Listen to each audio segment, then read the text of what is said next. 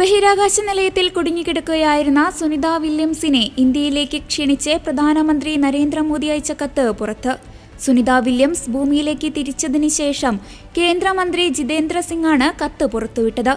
അടുത്തിടെ അമേരിക്കൻ സന്ദർശന വേളയിൽ പ്രസിഡന്റ് ഡൊണാൾഡ് ട്രംപിനെയും അദ്ദേഹത്തിന്റെ മുൻഗാമിയായ ജോ ബൈഡനെയും സന്ദർശിച്ചപ്പോൾ 2024 ജൂൺ മുതൽ ബഹിരാകാശ നിലയത്തിൽ കുടുങ്ങിയ സുനിത വില്യംസിന്റെ ക്ഷേമത്തെക്കുറിച്ച് അന്വേഷിച്ചിരുന്നതായി മോദിയുടെ കത്തിൽ പറയുന്നു. ഈ മാസം ഡൽഹിയിൽ മുൻ നാസ ബഹിരാകാശ യാത്രിക മൈക്ക് മാസിമിനോയുമായുള്ള കൂടിക്കാഴ്ചയിൽ സുനിത വില്യംസിന്റെ പേര് ഉയർന്നു വന്നിരുന്നതായി പ്രധാനമന്ത്രി കത്തിൽ എഴുതിയിട്ടുണ്ട്. തിരിച്ചുവരവിന് ശേഷം ഇന്ത്യയിൽ നിങ്ങളെ കാണാൻ ഞങ്ങൾ ആകാംക്ഷയോടെ കാത്തിരിക്കുകയാണെന്ന് അദ്ദേഹം പങ്കുവച്ചു. ഇന്ത്യക്കാർ എപ്പോഴും നിങ്ങളുടെ നേട്ടങ്ങളിൽ വളരെയധികം അഭിമാനിക്കുന്നു. ഇന്ത്യയുടെ ഏറ്റവും പ്രശസ്തയായ പുത്രിമാരിൽ ഒരാൾക്ക് ആതിഥേയത്വം വഹിക്കാൻ കഴിയുന്നത് സന്തോഷകരമാണെന്നും അദ്ദേഹം പറഞ്ഞു.